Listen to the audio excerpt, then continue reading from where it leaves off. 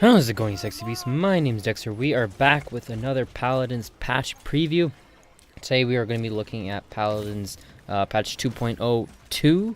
This is currently just live streamed and announced today. So this won't be too long a video. It's not too much in this patch, so don't get too excited. But there's a couple cool things. So let's just jump right into it here. So to begin, we got the Omega Makoa skin. This looks absolutely insane. It's kind of like a Transformers type skin, I guess you could say. They're kind of playing on the Transformers type theme. In my mind, it looks really good. Really good. They're kind of playing with a couple of the colors here, like Omega Ruby and Alpha Sapphire from Pokemon. They're kind of playing with those colors, I seem like. But anyways, Omega Makoa looks really, really good. We'll take a look at them in PTS when PTS comes out. Currently, PTS is not out, so all I do is have is just that one picture. Moving on, we have Omega Dredge. This looks absolutely, again, insane. They're doing a really, really good job with making these skins look great. But Dredge, brand new character and already got 2 new skins now.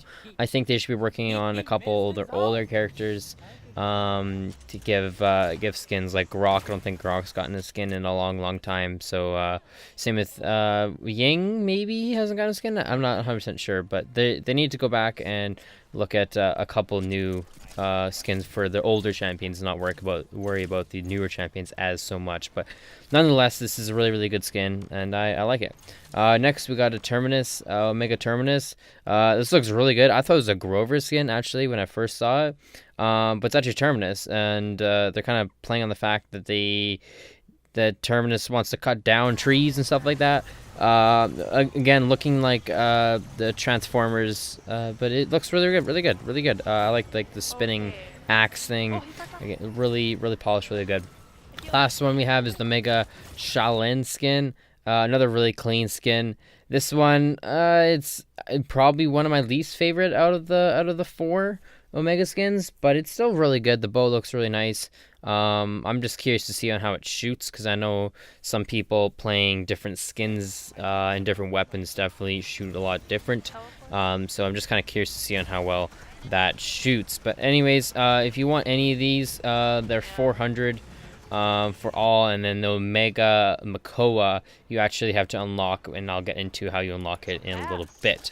Last skin released here isn't Omega skin. It's actually the Gentleman Geno skin. You might have saw this one teased on Twitter or Instagram or whatever if you follow Paladins anywhere.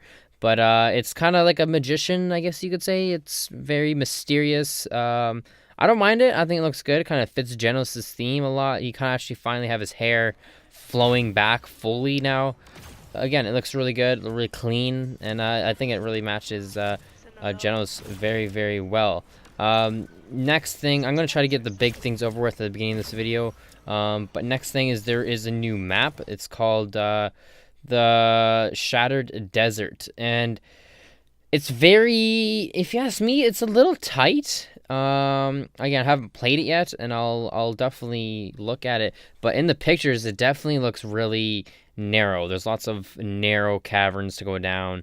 It's kind of like a frozen desert. But it looks really good. Don't get me wrong, it looks really good. I'm curious to see on how snipers play, or if they could play at all. Is this going to be like a super tight map like Jaguar Falls?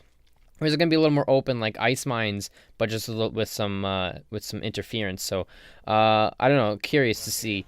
But by far, super nice map. It looks really good. A couple new mechanics. They said there's fire walls that you can get damaged by, and a couple other things.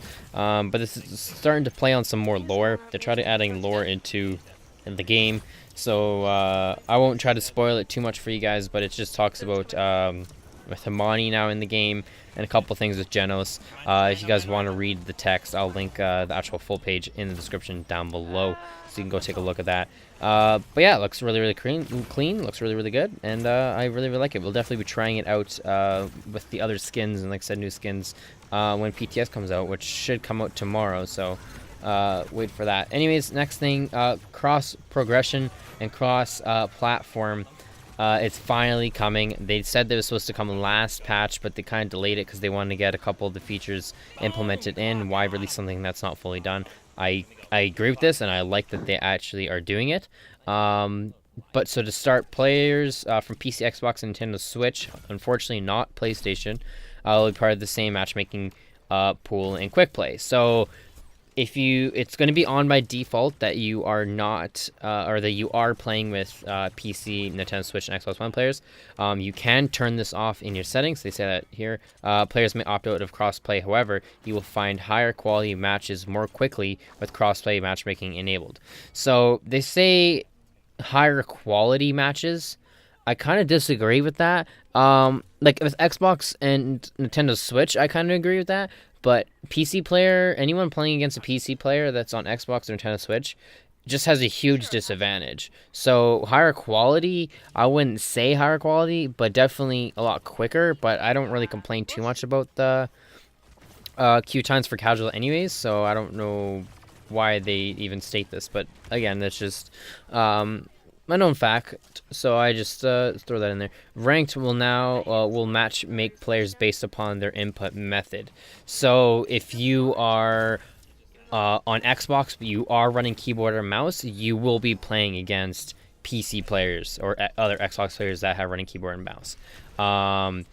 It's just depending on your input controls is how ranked is going to work. So you actually could have someone on Xbox who has keyboard and mouse on your team for ranked. But yeah, so just so you know that when you jump into ranked, you aren't going to have controller players with mouse and keyboard players. So again, it's not that big of a deal. But anyways, again, you opt out of this input. You can set your input method and preferences in settings. So I don't know if you can set your input as Xbox controller and then play on a keyboard and mouse. I'm curious to see if people are going to cheat that and try to play against keyboard and mouse players.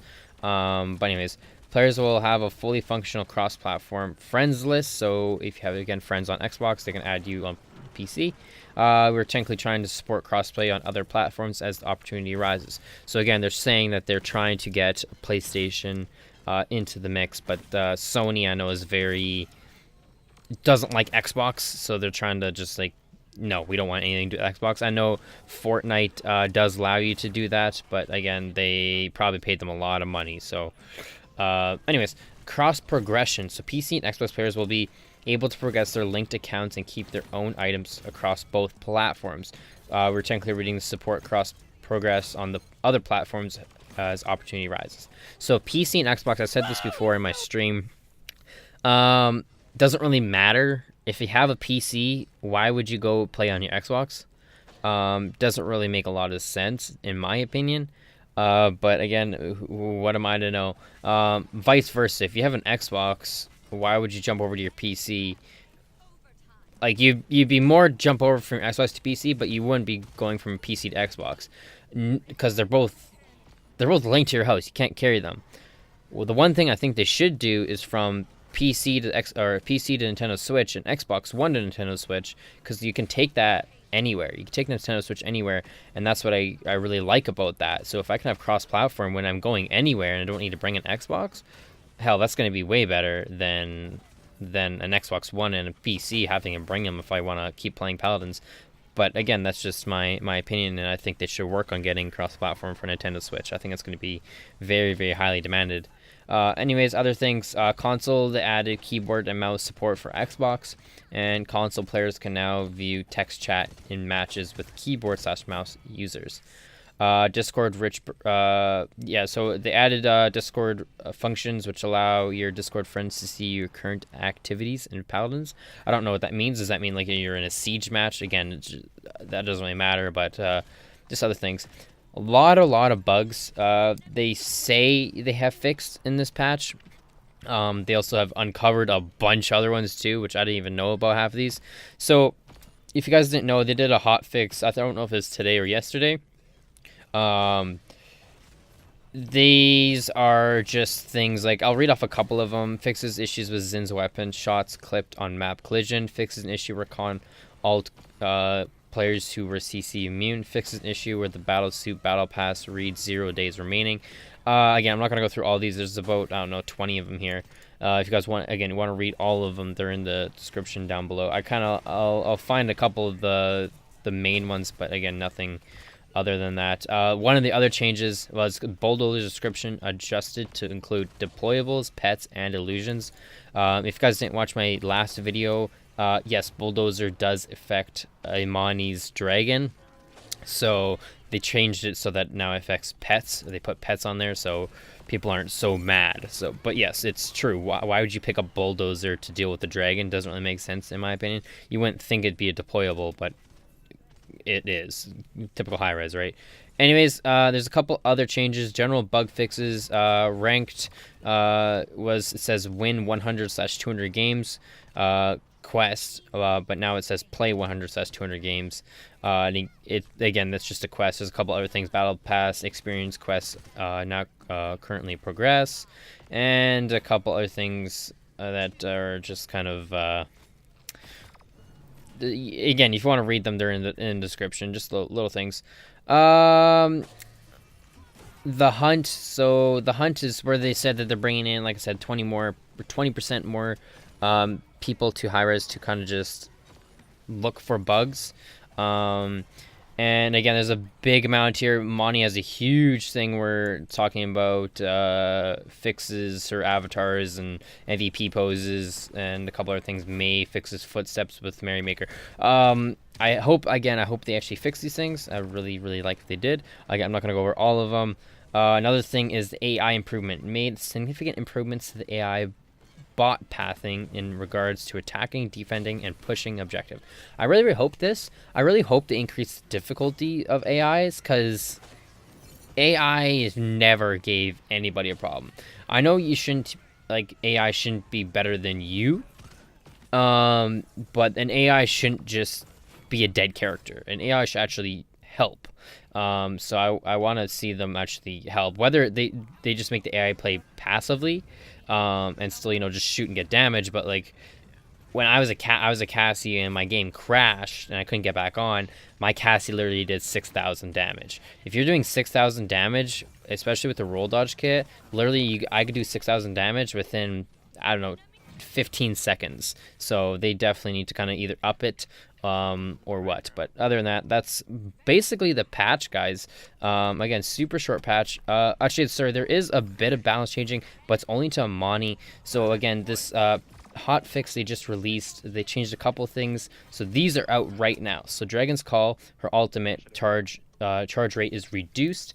Using Frost Breath now slows the avatar's movement speed. So that's your dragon. So whenever you use your dragon's basically attack, it slows the movement speed.